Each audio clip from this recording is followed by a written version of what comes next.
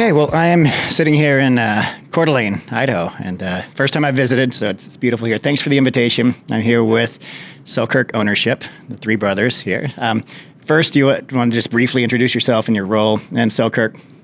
Sure, yeah. So my name's Mike Barnes, and along with Rob, I'm one of the co-CEOs. And I mean, with our role, we oversee a lot of different aspects of the company together. I focus a little bit more on some of the finance, operations, technology, new projects, overseeing various aspects of marketing. Yeah, so my name's Rob Barnes, like Mike said, CEO, co-founder, and I primarily focus on overseeing products.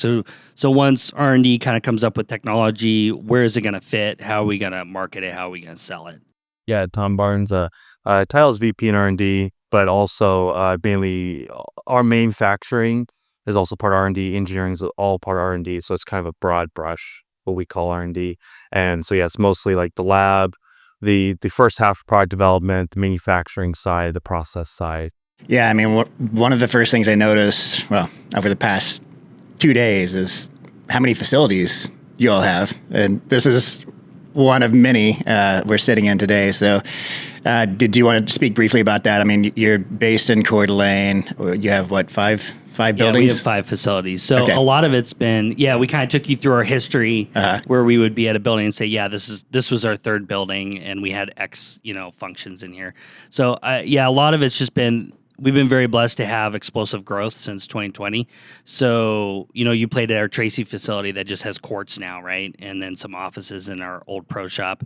And that was our 2nd building that had all our manufacturing, all our office, everything. And so we used to have another building for our CNC machine. Yeah, CNC machine. And digital printer, and yeah. Yeah. So, as we grew, we had to get a warehouse, and then we had to get a 2nd office. So it's just been kind of a part of that growth. We've had to add buildings just to be able to continue to grow. The main warehouse that we visited first yesterday, I was really blown away with how many paddles you have in the warehouse and how much is going on at your other building in terms of putting paddles together. So really cool stuff that we'll see coming soon. Let's jump into paddles. That's my thing. So I wanted to ask each of you what your favorite paddle is, and obviously it's probably going to be a Selkirk, but if you could name another one, maybe that'd be pretty cool too. Like who is impressing you too? But what's your favorite paddle? What's your main, and why do you like that? My favorite is usually the next one coming out, but in the past played with the Lux quite a bit. Also actually like the Power Air. So one thing that's kind of hard is we switch up the paddles we use. I mean, you're the same way, right? You're always trying something new. So it's hard to get comfortable with something, but always like the Lux because it's just a very comfortable control paddle. You can pick it up. It's like riding a bike, and you can play well with it. But then I think after that, some of the newer product were coming up. That's more in the all court category. I'm really liking.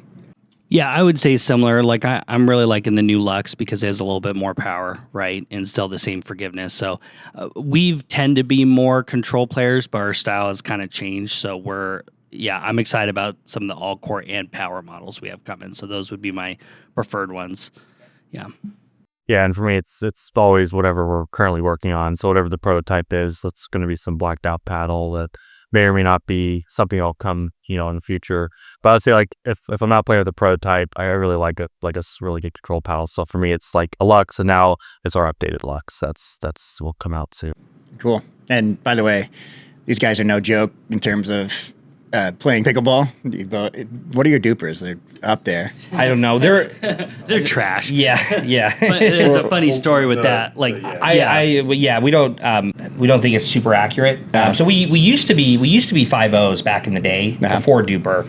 I think we've probably fallen off of that, and we're maybe 4.5s if we practice and we're playing regularly. But our DUPRs at one point, like Rob and I usually always play together, but he had some people enter rec games. Yeah, somebody entered rec game, so it was like a 3.0. He's like I didn't even know they were entering. Yeah. And somehow my DUPR was I don't even know what it was. It was like a 5.5 or a 6.0, and it's just like okay, these are both off, and the absolutely extreme directions. I think that's got a lot better. That Yeah, was it's probably gotten better. that was like 2-3 years ago, I think, when they first started. Gotcha. So, Yeah. normally we would say on our best days 4 or 5s. Okay. Yeah. Y'all were playing last night and playing really well, so that tracks. All right. So before we jump on, so any other paddles out there that you want to talk about outside of Selkirk that you're kind of impressed with these days? I mean, what I personally like is the Made in USA stuff. So I don't like a brand that is kind of a small coach works that makes cool. Like more, I like them from the process side. I actually haven't used the paddle very much, but that's what I kind of tend to gravitate towards. So throughout our company's life, we've had a different set of competitors every 3 years, I would say. And so when we first started, the big brands were Pro Light and Pickleball Inc. And they're basically non-existent at this point. So those were our initial competitors, and then after that, it was Onyx, which used to be S-Type Sports, and Paddle Tech.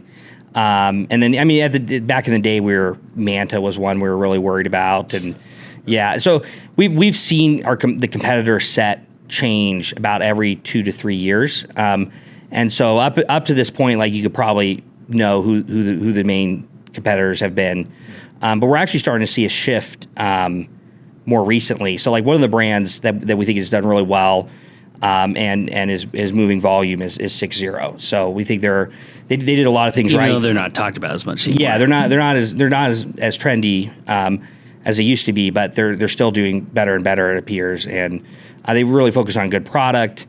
They had the right marketing strategies. They didn't spend too much money on the tour or pros.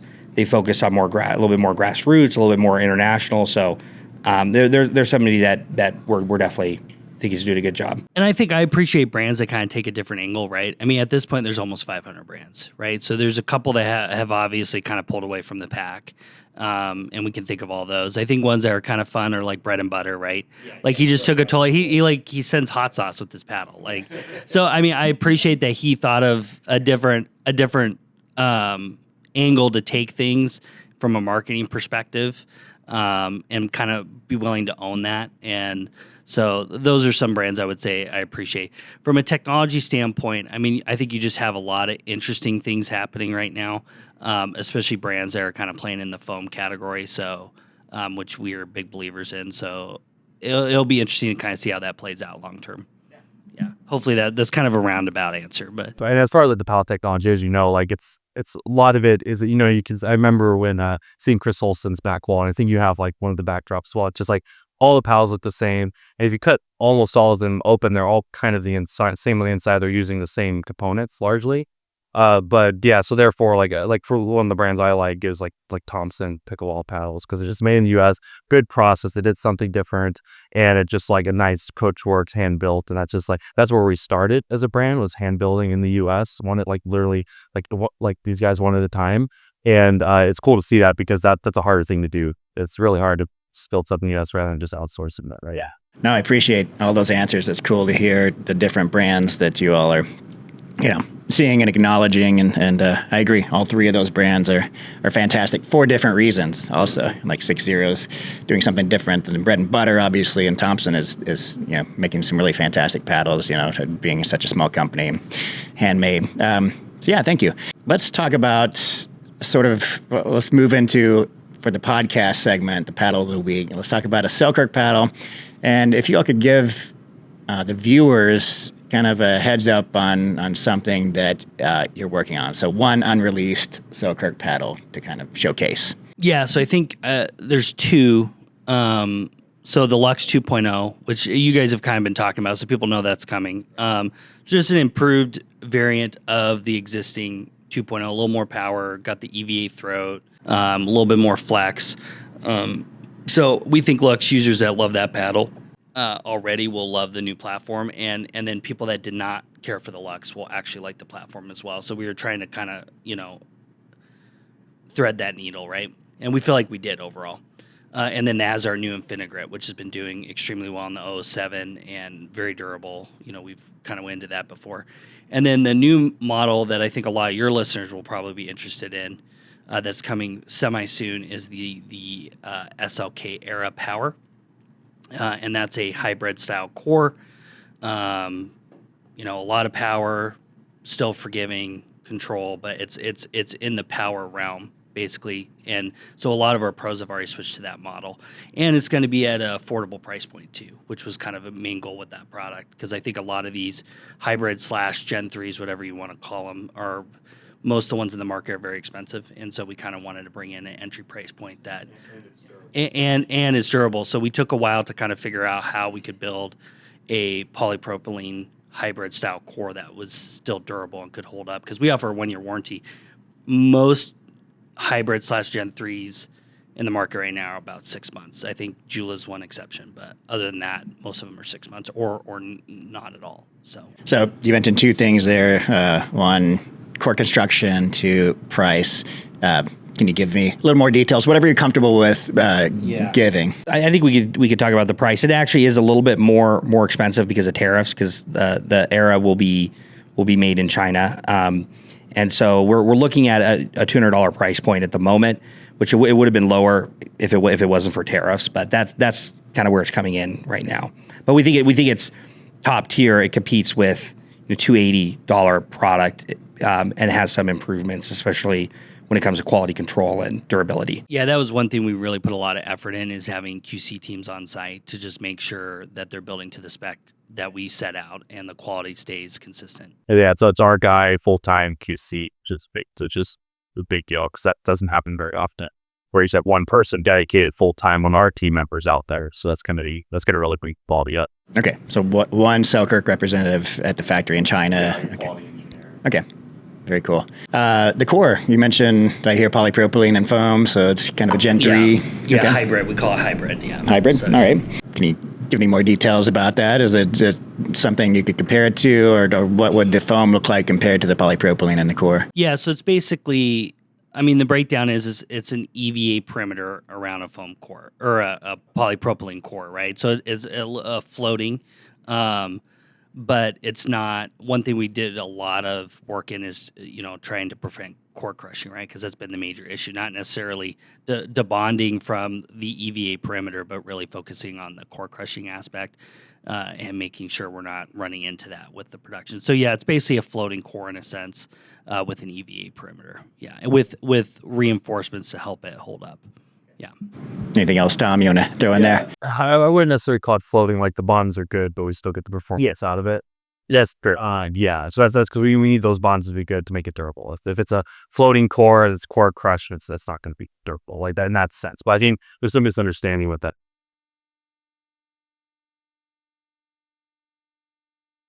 Based, it's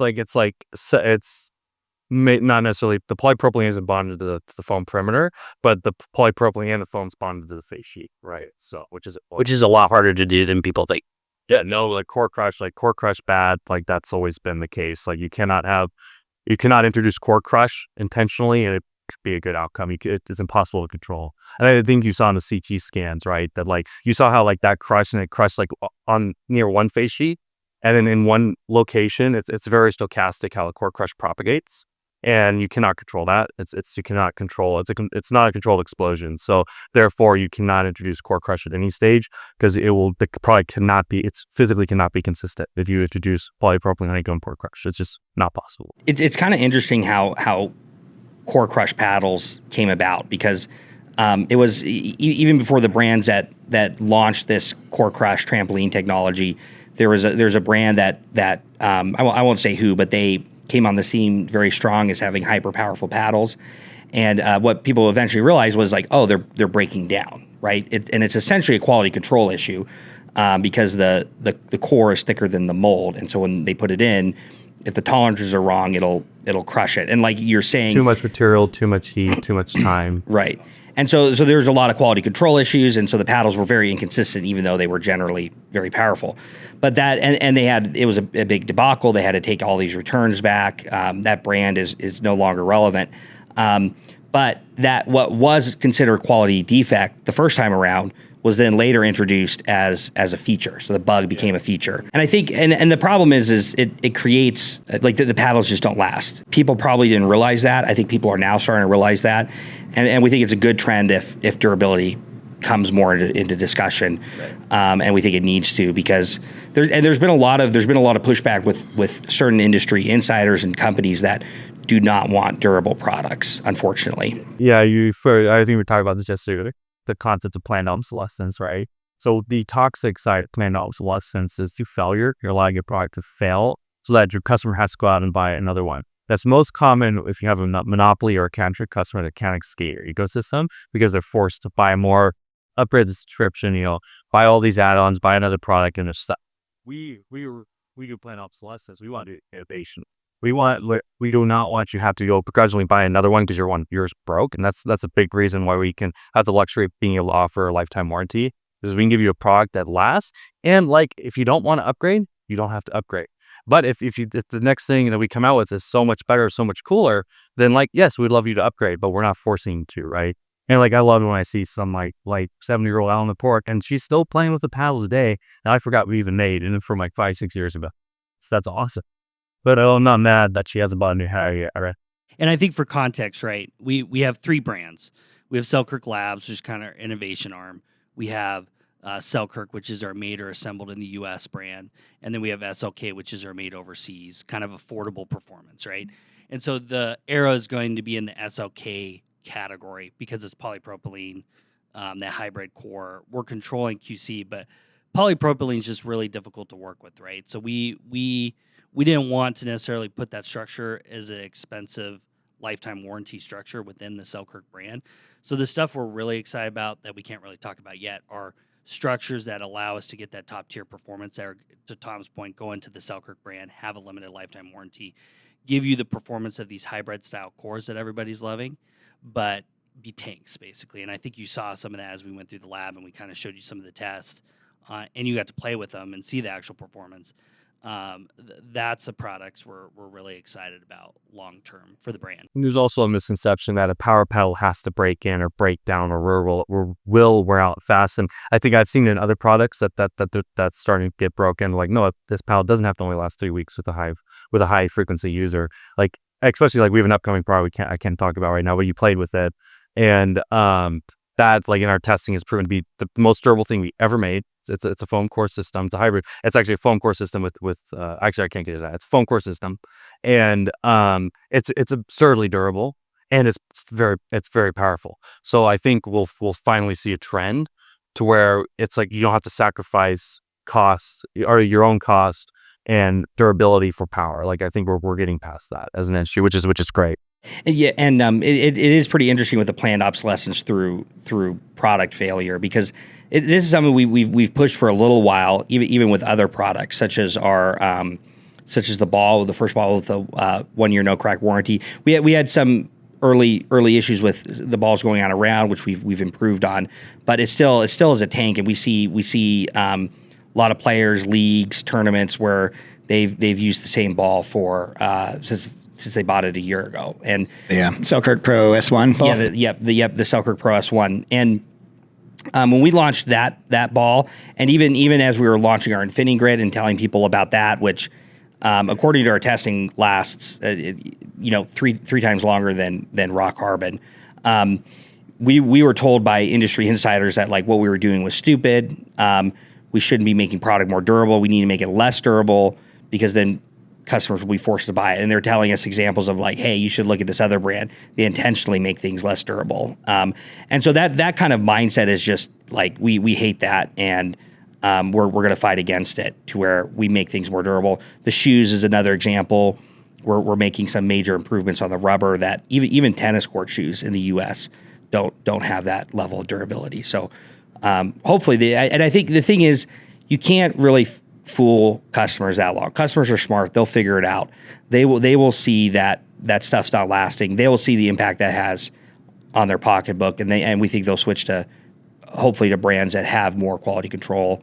Durability is more of a priority to them. I think it's a fun discussion to have and to hear your perspective on this, because I think most consumers know that paddle companies are going to want people to buy paddles more frequently, but you're focusing on providing customers with what they want in terms of durability. That's a big thing, especially after 2024, the kind of the arms race and pickleball paddles, and a lot of these are breaking very quickly. I like that you're kind of pivoting to, yes, we want people to buy more paddles, but we want to incentivize those people with new innovative technology in the paddles, not because the paddle breaks. So I think that's a good kind of paradigm to have for a paddle company, because it makes the consumer realize, yes, they're in it to sell paddles for sure.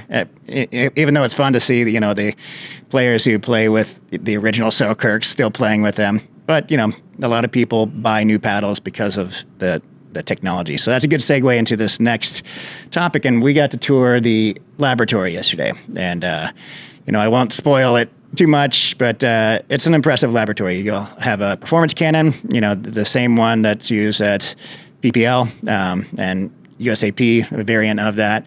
And you have a subsidiary cannon that you're performing research with. You all have a CT scanner. Let me know if I shouldn't be talking about these things. No, Okay. I'll just talk about any of the instruments. Okay. Yeah, none of the instruments are go for it. Cool. Then you have what's the 3D surface scanner called? That's the external one. Yeah, so that's a dual objective lens profilometer. It basically has two cameras, and it projects these patterns, and it gives us an extremely detailed, almost microscopic external view that also gets modeled, so we actually have a propagation of it. It's not just purely optical. A whole host of other things, all the things, right? So basically, you have your laboratory state of the art as much as either of the two regulatory agencies or more, right? So that was impressive, and let's speak to that. So what are you doing with the performance cannon? The same one that they're doing PBCoR measurements with at USAP and PEF measurements with at UPAA. Yeah. So like you mentioned, we have two cannons. Like I call that one, like let's say the element space and defense PPL cannon as our compliance cannon, right? Because we're mostly leveraging that for getting stamps on our paddles and being able to be more predictive of that.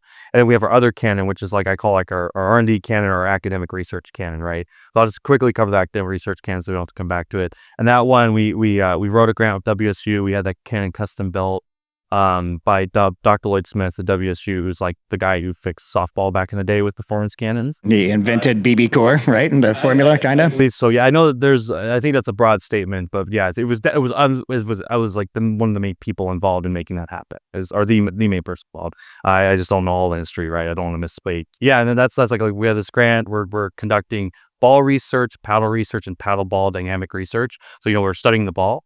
We're studying the paddle independently, and then the next thing we're studying is how the ball and the paddle interact with each other, right? So it's like collision dynamics and the things you're familiar with, and that's extremely helpful. So that's like internal use. We can use, and that's more like kind of long form academic research and side projects that we need to conduct to figure out some dynamics, right? Then our other cannon, that ADC cannon, right, which is a great cannon. That's again a compliance cannon, and what we can do there is we can set that up either PPL style. So UPA style, or we can set it up element style, which is USAP style, right, for the compliance, right, because that's the lab, and then you have the governance. And it's really easy to switch back. It's relatively easy to switch back and forth. We can do it in a day and do both tests in a day if we need to.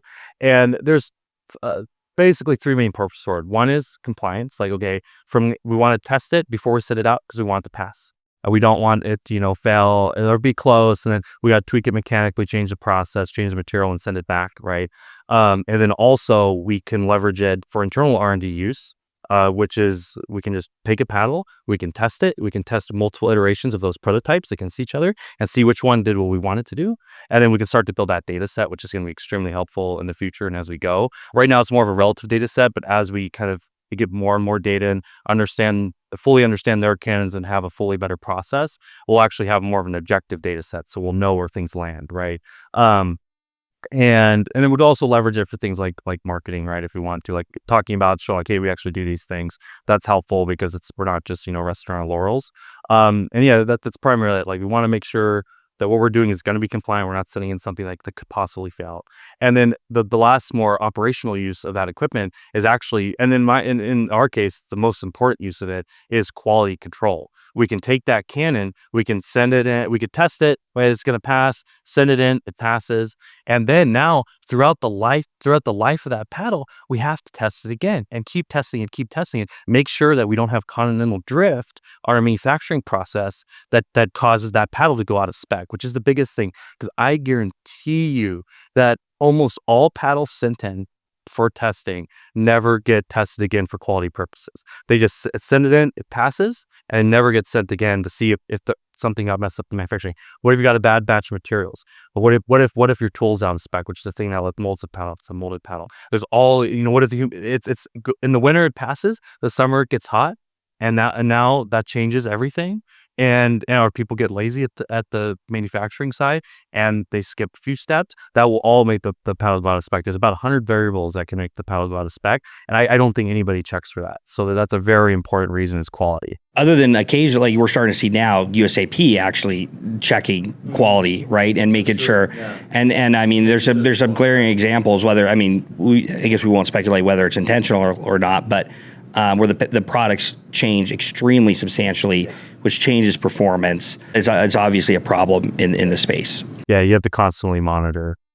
Yeah, so to paint a picture for everybody, one of the facilities that we were at yesterday, the one with the kind of research center, the performance cannons, and the CT scanner, it's a pretty large warehouse, and there are paddles being manufactured by... I don't know, maybe 50 people, employees in there. Like 30 or 30? Okay.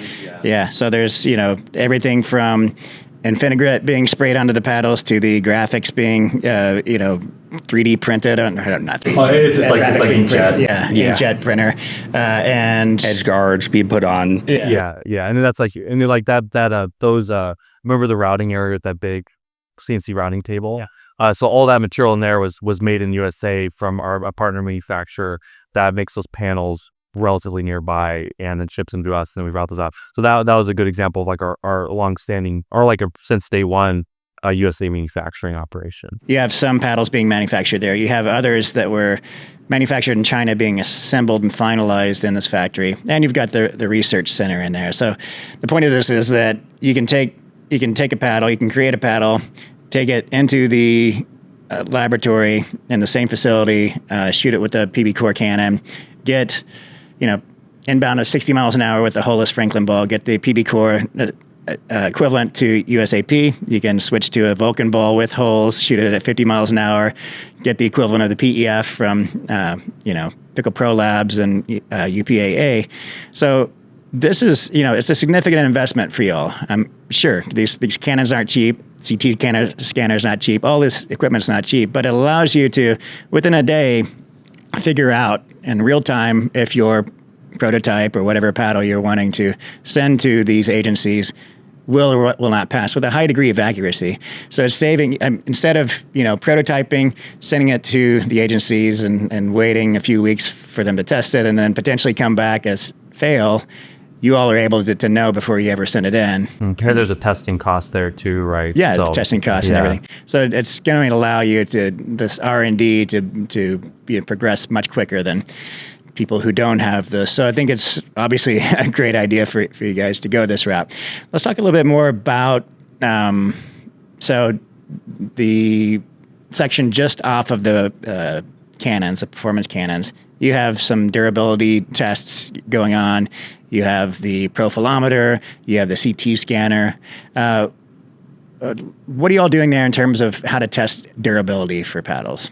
We have a lot of equipment, a lot of tests, as you saw. So therefore we have, like if you take each individual test, like a la carte, we have an almost infinite amount of ways that we can run a paddle through a gauntlet, whether it's through R&D testing or whether it's, and like what you saw too is what's very important is like a paddle, that's a system, right? That's a finished system. It acts as a system. We test it as a system. That's very important because you have all these individual components, right? And then once you put all these individual components together, there's no playbook to tell you how all these individual components or new materials are going to behave, even regardless of what you think the material is. And unless you get really deep into chemistry, you can get a little bit more predictive. So like there, we not only test the full paddle systems that are about that we're planning to launch or we're working on, and also, making sure stuff is still compliant. But also we need to test all the individual components, right? So we'll get the plastics in and we'll test the plastics. We're getting rubbers in, we'll pull a duro on it to make sure the rubber is the durometer it's supposed to be. When we get the polypropylene in, we'll test that to make sure that the veil is correct, make sure the substrate itself is correct, make sure each ply, each swatch fabric is correct, and then we can consolidate those in different ways and then test those systems, right? So as far as like how much testing we could do, or what we can test. Because of our tests, we have like these universal test stands. We have the durability cannon. We have the CT, the profilometer, the Tabor, and I don't want to like bore people with the instruments, right? And the tour will show the important instruments. And then, that we had probably 20, 30 other ASTM, mostly ASTM instruments in those workbenches you saw. Like we can test it a lot of different ways. So like, and most of those tests are used for quality. And then there are a lot, most of the instruments we leverage for quality purposes can also be leveraged for R&D purposes, right? So there's my goal for instance, the quality department is wrapped up in R&D, engineering is wrapped up in R&D, manufacturing is wrapped up in R&D, everything relevant to that's wrapped up in R&D, except for the second half, which is more the product development side and getting to market. And that helps us cross-pollinate the use of all this equipment, right? And even you saw like our milling machine, like we use that for all purposes throughout the shop, whether it's a pro shop or for the manufacturing line, or if it's for a novelty, right? So so you have one of these durability instruments. It's a cage basically with a cannon that shoots the ball at a paddle. And a lot of people have seen this, and other factories have used it. Yeah, and you see the images from China, etc. But that's just one of the things you all are doing. So first of all, you're shooting, 5,000 times you shoot a paddle at 100 miles an hour or something like that? I mean, we can shoot as many times as we want. The next step is to get a cannons that shoots more cannons that shoot faster, right? So we can do more tests. But yeah, we could shoot a paddle 3,000 times and take breaks, hit it, scan the paddle, do all these tests on the paddle new, shoot it 500 times at 110 miles per hour, right? Because our balls survive that. Or if we want to be, maybe more realistic on a serve, we'll hit it at 65, 70. And we try to hold the paddle in a way that is realistic to wrist action. And then we can test at 500 heads, put again and see what changed, and then because all of our important testing is non-destructive, which is critical, right? And then we can go at 1,000 hits, test it, 1,500 hits, test it, and see that wear curve on that structure or the paddle, and actually understand what's going on there. And that's extremely important. And not only we can subject it to different kinds of tests to generate different kinds of failure modes, right, based on different conditions, which is super helpful. And that's not the only thing you're using, but that particular thing, I think there's a lot of skepticism about that particular methodology out there, because we've seen it a few times. Paddle companies have been like, hey, we sold core crushing last year, and they show the images, and we shot this paddle 10,000 times, and it didn't fail. I actually saw a paddle, I think, that you all used in that machine, and you did take it to failure. So I think that's an important part of that machine. Are you shooting it so hard and so many times that you actually do witness failure, even if it's outside the realm of possibility that could happen on the court? So one of those, I saw a dissected paddle. The polypropylene around the edges was not crushed, so it wasn't from the factory crushed, but in the center it was just mushy, like it had been destroyed from. When that came in, we could show you the scans. That one came in, it looked robust. The bonds weren't great, but that's typical of those structures. But the polypropylene was the straws were intact, right? And cells were intact. And traditionally, if we can take it to failure, we will. But sometimes, especially with that cross-section paddle you said, we would have to shoot that so many times to get to failure that once it survives, 3,000, 4,000, 5,000 hits at 110 miles per hour, which is way beyond realistic conditions. And we'll also tighten up the hold on it, just so the handle, but just before the handle wants to snap off, which is we're putting on an extreme amount of stress, like 10 times more than what happened in the real world for 3,000 shots, and not 10 times, 3 times more what should happen in the real world as far as actual forces. And do that 3,000 times to 10,000 times, we have high confidence that this is going to exceed a person's use of the paddle, right? So my benchmark tends to be 2 years. This thing should last 2 years for a normal frequency user at least, right? That's a minimum. And I also saw you're testing durability of surface texture. So in particular, your Infinigrit compared to raw carbon fiber. You have a machine that basically looks like a turntable, and it puts something with a sandpaper type thing, and it scratches in a circular pattern the surface, and then you put that under the profilometer and look and compare apples to apples. So, and it's showing, what is it showing with regard to your Infinigrit? So that's called Tabor abrasion testing. That's an ASTM styles test as well. That is primarily it's again abrasion test.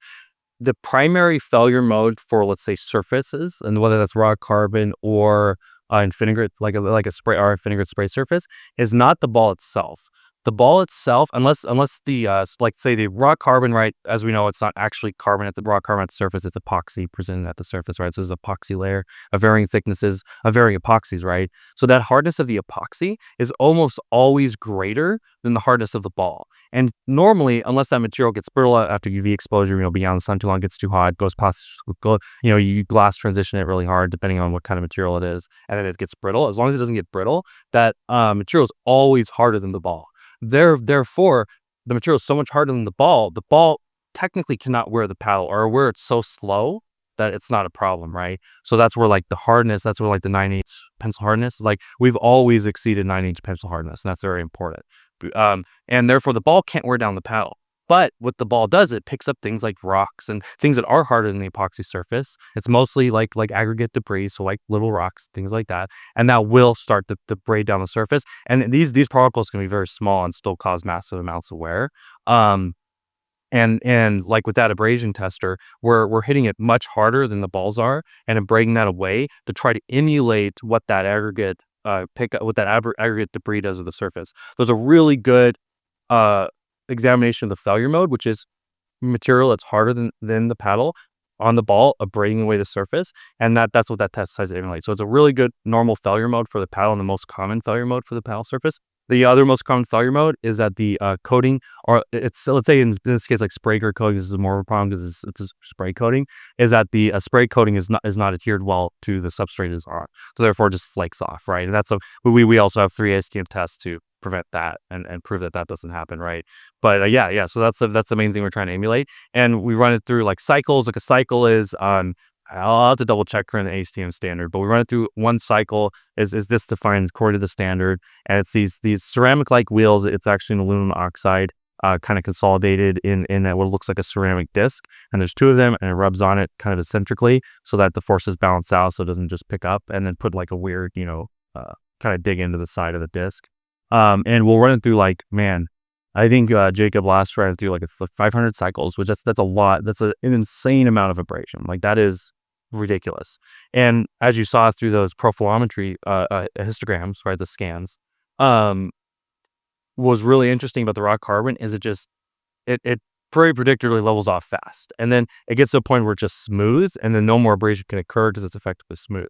What's really cool about like things like Infinigrit is it will take off just the peaks of it, like the very sharp like razor edges of our grit system, the aggregate grit system in the coating, and then from there like we still have these amazing peaks, and then man, those peaks, they last so long. Like let's say wear curve and carbon is like this predictably down, like we'll get an initial wear that's minor, and as long as you're not like storing debris in the coating, right, like so you don't have like a bunch of plastic that's always there. So that's why cleaning your paddles is important for any paddle you use.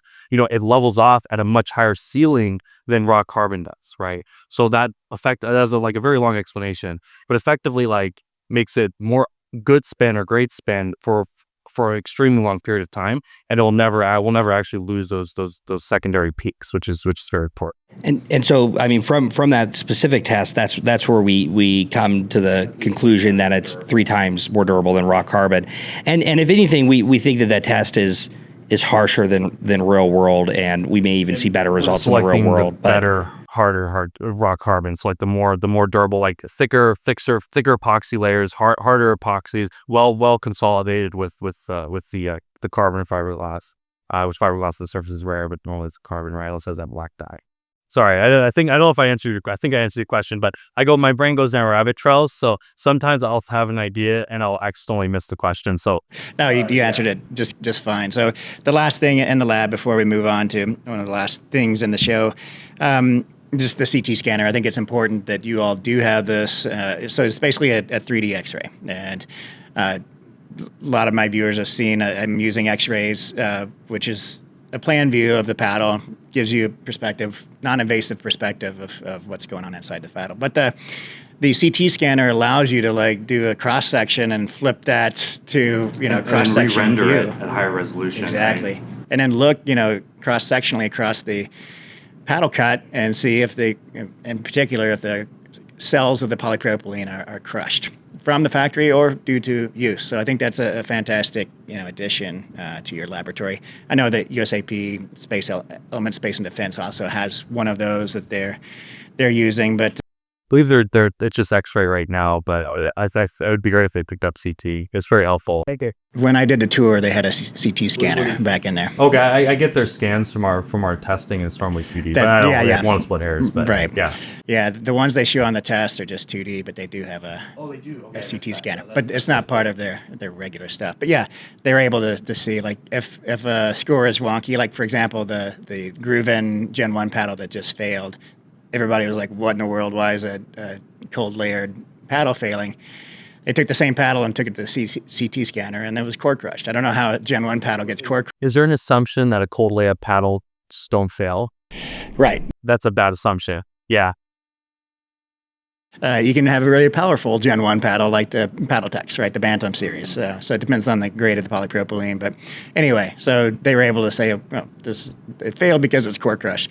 So excellent piece of equipment to have. It goes in with your durability tests and just overall R&D. So yeah, I think it'll be, it's neat that you all are doing, I don't know if any of the other companies doing this locally or in their own warehouses, definitely not to this extent, this sort of R&D that's usually outsourced to the factories in China, but you guys are able to do it here. So that was really fun to see. Yeah, like just to sum that up, we can make any construction that currently exists and that we're working on that will exist in-house. So like whether it's like this construct, let's just say Simplify 1, first, second, third, hybrid, whether they're using tools or not, or thermal formed or not, right?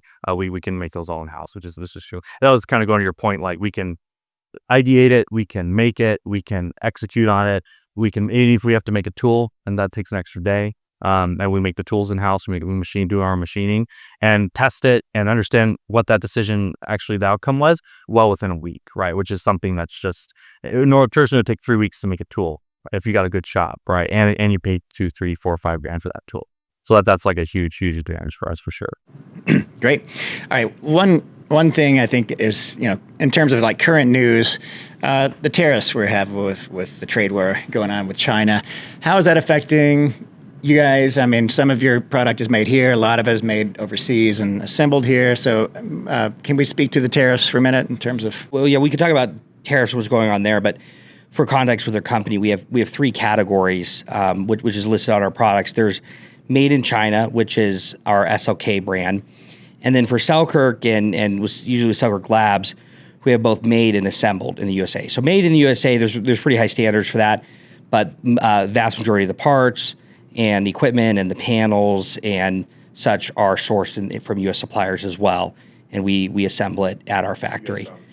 U.S. raw materials, yeah. And so for assembled in the USA, we use a mixture of foreign and domestic parts, a lot of foreign components, made in China components, and then in our factory, what we'll do for assembled, every product has a little bit different processes, but we can do Infinigrit, spray that on.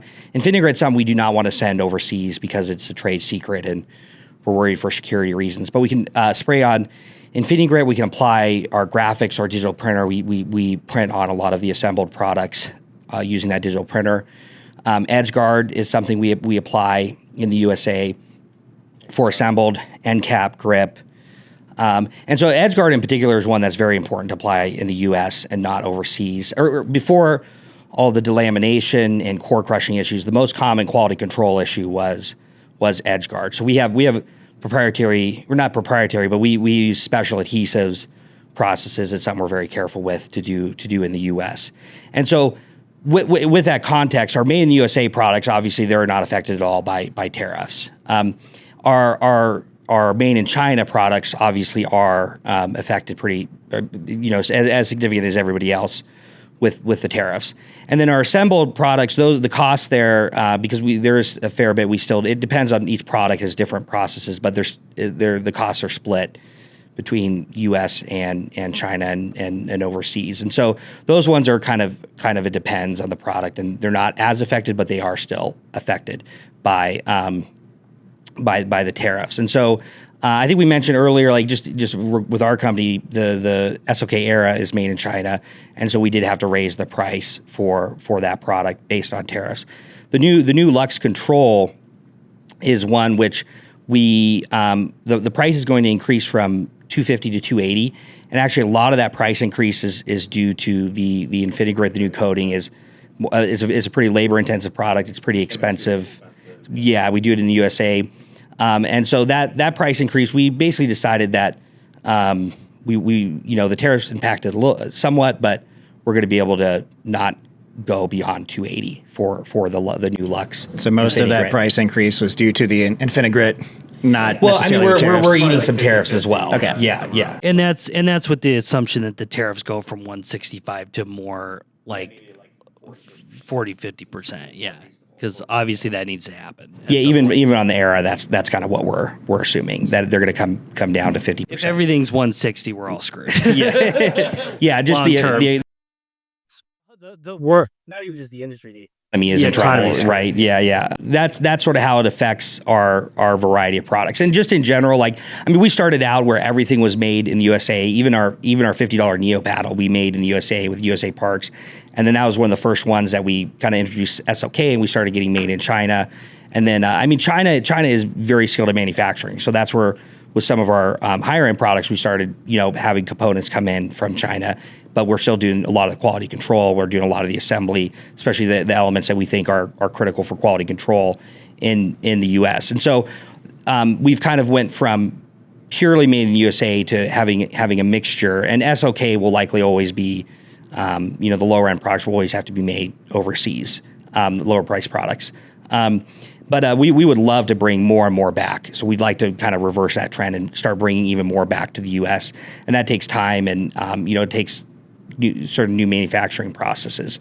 But that's been the goal. Even before the trade war, that's been the goal. Yeah, because I mean, you even built a paddle, right? And we're doing hand layup. So just some of the thermoforming processes are just extremely labor intensive, and so high skill. So it's just not, those type of processes aren't doable here in the U.S. yet. But we're working, as Mike said, on a lot of processes that will allow us to bring performance products, some of the key components back to the U.S. But then, so beyond our company, just overall the pickleball industry, how we think it'll affect, and you see some patterns throughout the rest of the country. So we don't think that people will raise their prices right away, and you haven't really seen a whole lot of that. Some of that is people have inventory, but some of it is, it's interesting with a lot of the factories we work with, whether for components or SOK, they basically, as when tariffs were announced, especially the higher priced, they came to us immediately and said, "Oh, don't worry about it. We'll pay the tariffs. We'll change from FOB, which is us be responsible for tariffs, to delivered duty paid, which is the factory being responsible for tariffs." And the U.S. is somewhat unique. U.S. is one of the easiest countries to do business. It's one of the easiest countries for foreign companies to actually be successful and bring products in, because they can serve as the importer record. Whereas a lot of other countries, you have to have a partner there. You have to be a company there. Most other companies are much more nationalistic than the U.S. when it comes to trade. And so what we see with the especially the Chinese factories is they're saying we'll do delivered duty paid, and based on the tariffs that the price isn't going up 165%, which is the current rate, that they're essentially lying on the invoices on the actual price amounts, right? And so this is something that you sort of see across the board. We think all the factories are offering it. There's no question that brands are doing this. We don't know necessarily who or how often, and a lot of times, especially the smaller brands, they don't necessarily know what they're doing, right? But I think someone mentioned that Customs has almost doubled some of their enforcement of this, and so as that stuff starts coming in, people, whether it's the responsibility of the factory or the person bringing it in, Customs is going to be like, hey, you brought this in last week for 10 times as expensive as it is this week. We don't think that's the actual invoice price. So then they're going to get smacked with extreme tariffs. Their goods aren't going to get released, and then we think some of these brands might wake up and be like, oh shoot, like I'm in trouble. And at that point, that's when it'll reality will set in, and we think more brands will start increasing their prices. All that to say, if you want to paddle, like now is, we have some of our older stuff on sale as well with SOK and others, and like now is a good time to get in and get a paddle if you know what you want, because prices will start going up. We hope in general that again, we think I mean, and there's been indications of this, that China is going to reduce, or there will be some sort of trade deal made. There will be some sort of de-escalation. Things will get brought down. It's not going to be 10% with China. We think other countries will be less than what was initially announced. And at this point, there just needs to be addressing the cheating. Amazon's another one that's very common for a lot of the top Chinese brands, not just in pickleball, but in other industries. A lot of the top brands on Amazon are just Chinese companies. And so these Chinese companies create product for really cheap. They're the importer of record. They send it directly to Amazon. They keep all the profits. So like a lot of the stuff you buy on Amazon, it actually is coming through Chinese companies, and Chinese companies are operating it. And again, that's where you tend to see more cheating, because if they get caught, they don't have a U.S. presence. They just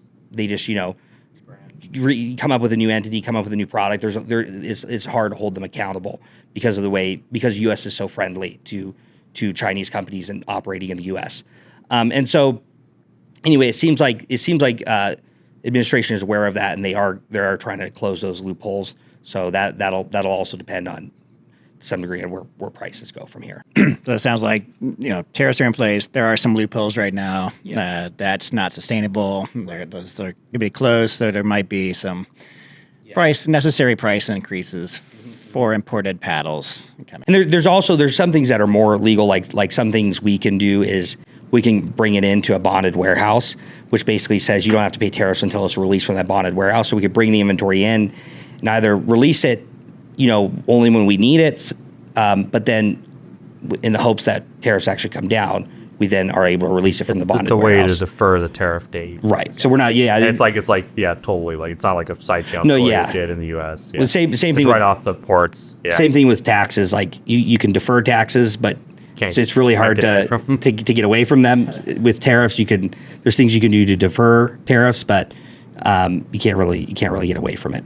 All right. Well, that takes us to kind of the last topic I wanted to cover here, and that is, given that the tariffs are making things, a little bit chaotic and hard to predict in the future, but where do you all see Selkirk being next year? You've invested a lot in R&D and getting the equipment, the performance cannons, everything else.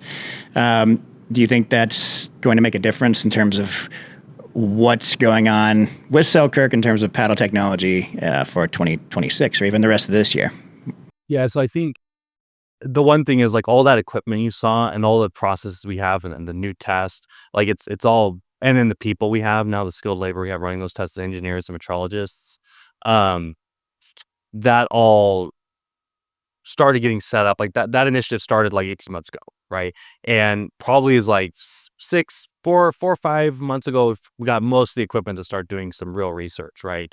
And now that we have that, the equipment's getting up and running, it's operational, we now have these tests and they're established. Now we can actually leverage the equipment to do more and to get more data driven, more sophisticated, right? So the way I would describe it, it's an inertia problem, right? We have this big, heavy freight train, this big fancy freight train that we want to get up to 100 miles per hour, but the freight train is expensive to build. Got to get it on the tracks, and then we slowly crank it up 1 mile per hour at a time. So I don't know, like right now we're probably at like 70 miles per hour, let's say, where it needs to be, which is recent, which is fast. Yeah, and that's like we're moving like it's like 10 miles per hour per week, right, or maybe 5, right? It's stretching the analogy a lot, but so now that we're getting this heavy freight train moving, this inertia moving, once this train gets going, what's the problem? What's another inertia problem? When you get that train up to speed, it's really hard to stop. So that's what we're looking forward to. Is now when we get this machine up to speed and we get to like the innovation engine running, I think it's gonna be really hard to compete with us. And I think like this year, okay, we're getting the machine ready, we're moving fast on Prague. We're really excited about what we have coming down the line that I guess we can't really talk about in this forum. But we have some content on that. So once we can like release that, we will. And then I feel like this year, like for me, like I try to be more conservative in these things, but like this year, it's like in all the market categories, especially let's say the 4.5 to Pro, ultra high performance categories, like we absolutely will be relevant again this year. Like I want to be the best, bar none, like no questions asked this year. But realistically, like this year, like let's make sure no one can say we're not cut up anymore, right? By the end of this year, the next year, like I think we can get on the cutting edge. And then once we're at the cutting edge and we can keep that momentum, I don't know how you'd be able to compete with us in in 27. Even this year, we're coming out with unique technology that we're patenting that nobody else has. There's somewhat of a difference between technology and actual performance and playability, but between testing and stuff, we're gonna be in a really good place. And in the past, we have. I think we've had products for control players, for 3-0s, 3-5s, 4-0s that appeal to a wide variety of the market. But we know that we've been lacking on the power side, and some of that is just due to the regulation. Like we were not comfortable creating the broken paddles that were out there, and yeah, in some cases paddles that maybe somehow got approved, but the ones in production were different and out of spec. And so now that a lot of that's been sorted out, we sort of know where we're at. We know what the rules are. It makes it we're able to start building more powerful products that we feel will protect the integrity of the sport, and we can be in spec. Yeah, so I guess kind of summing that up, all to say is we've been building a foundation, right? And we didn't want to participate in what was going on from a quality standpoint in the market last year. And so we've been building this foundation flywheel train that Tom mentioned to be able to have the ability to iterate super quickly. Because part of the problem with product development as well, right, is you come up with a concept, you work on it may take a year, it may take a year and a half, right? You even know other brands that have talked about this problem. And so we've had the same thing, especially we're the largest brand from a production and distribution standpoint. So it takes a while to spin wholesale and marketing and all those assets up, right, to be able to offer the product to the market. And so what's interesting is we obviously saw a lot of changes last year, and then we would launch products and people may say, oh, it's not hitting this mark. But it's like we were working on that product a year ago, right? So this is it coming to fruition. And what we've been really working hard on is to build a system long term that allows us to iterate and come to market quickly and have all the teams be able to basically spin those initiatives up quickly, right? And have it in a hybrid approach where we can have labs that we can move super quickly, and then Selkirk we build systems to still move quickly and agilely, but have a little bit more time, right? And then long term, as our technology is ahead, we will have more time, but the goal is we want to build an agile system that allows us to move quick. And so I think you're going to start seeing a lot of that work we've been doing coming to fruition, especially a little bit later this year.